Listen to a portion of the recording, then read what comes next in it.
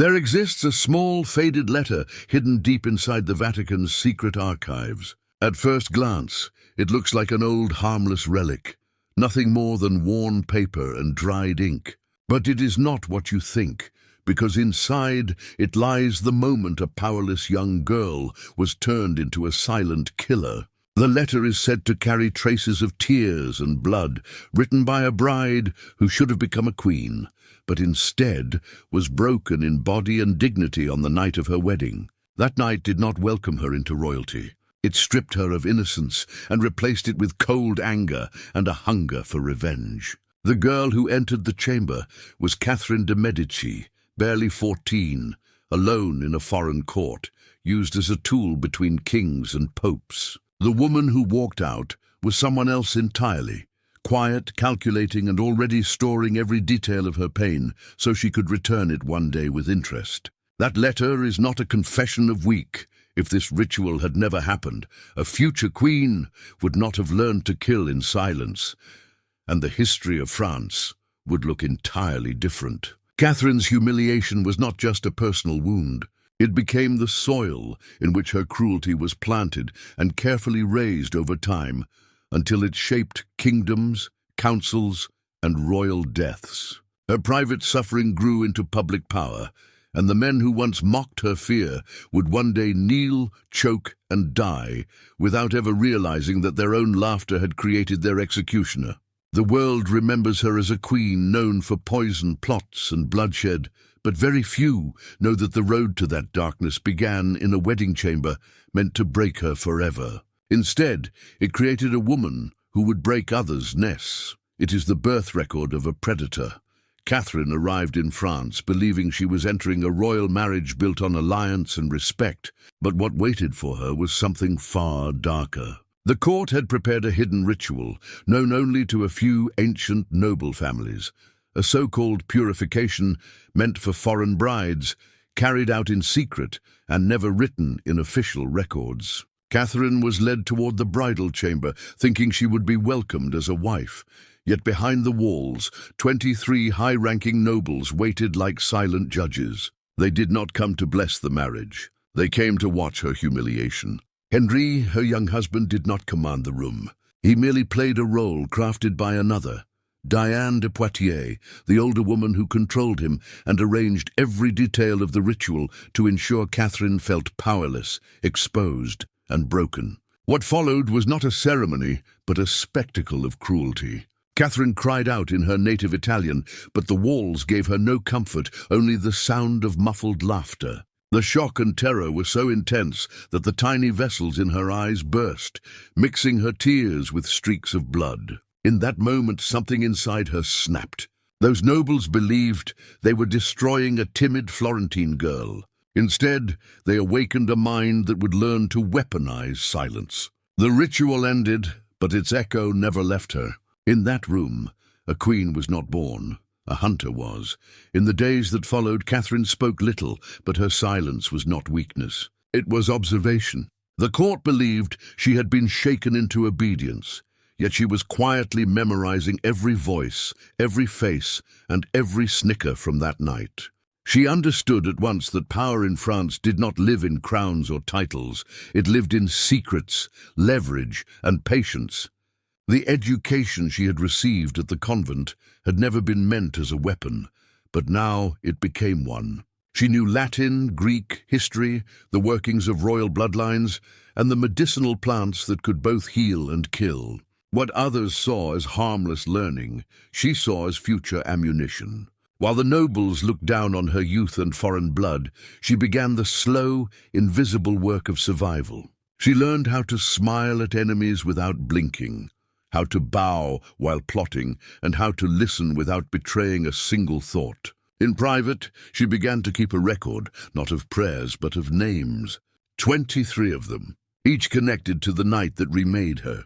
She did not rage outwardly. She did not confront anyone. She understood that revenge executed too early is wasted. A true strike must be final, silent, and perfected. Catherine was still a girl in age, but already a strategist in waiting. Studying her enemies like a scholar studies a map he intends to conquer. 3 years passed before she made her first move. And by then, the court had already forgotten the cruelty of that night. They believed she had accepted her place, harmless and obedient. But Catherine had not forgotten. She had only been sharpening her aim. Her first target was a courtier who had openly joked about her suffering while sipping wine behind the hidden wall. His name was the first written in her secret ledger. She chose a poison that acted slowly, disguised as an illness, yet painful enough to mirror what she had endured. No sword, no public accusation, no dramatic scene, just a quiet death that looked like nature, while in truth it was justice. When he collapsed days later, the palace gossiped about bad food or winter sickness. No one imagined a 14-year-old girl had planned his death with the calm precision of an assassin.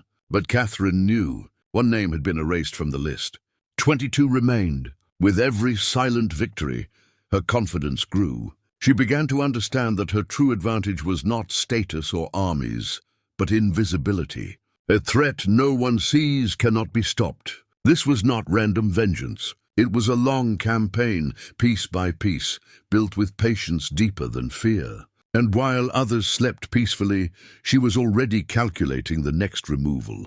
Among all the names Catherine recorded, one stood above the rest: Diane de Poitiers, the woman who had orchestrated the ritual and shaped Henry's cruelty. Diane had not been a witness. She had been the architect. Catherine knew that this enemy could not simply be killed.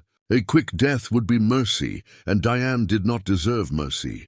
So Catherine chose a different path, slow, invisible, and absolute. Over the years, she fed Diane's downfall in tiny increments, the way a surgeon cuts slowly so the victim feels every moment. The poison she used was never strong enough to kill at once, only enough to weaken, so Diane aged faster than nature intended. Her strength faded, her memory slipped, and her beauty, the source of her influence, began to rot from the inside. Catherine never confronted her, never argued, never showed hatred. She simply watched, silent and steady, as Diane withered under a hand she never saw.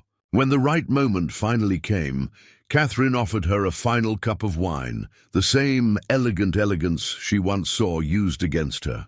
Diane drank it without suspicion, believing herself still untouchable. But she had already lost long ago, the night she chose to humiliate a girl who would one day learn to rule through frost instead of fear. Diane's death was not a killing. It was a conclusion. There was still one final name on Catherine's list, the man who had stood beside her that night and played the part of her tormentor. Henry was not the mastermind, but he had been the instrument. His death could never be simple or sudden. It had to mirror the pain he helped create. Years later, during a grand tournament held in Paris, he chose to ride in a public joust to display his strength and pride. Catherine watched from the royal stand with a calm expression, but her eyes never left him. When the lances struck, a broken shard pierced his visor and entered near his eye, echoing the blood tears she had once shed. The crowd believed it was a tragic accident. For 10 long days, Henry drifted between agony and delirium, unable to heal. Modern experts later found traces of a toxin on the weapon's point, suggesting the wound had been prepared to ensure suffering, not death alone. Whether Catherine arranged it directly or simply ensured the opportunity existed, no one could ever prove. But one symbol marked the truth. The same sigil she once carved in her own blood on her wedding night was later found associated with his burial. With Henry gone, the final thread of her humiliation was severed. The circle had closed. With Henry's death, her ledger was complete. Every witness, every participant, every hand that fed her humiliation had been erased with the same cold precision she had learned in silence. But Catherine was not the only woman in history who turned suffering into strategy.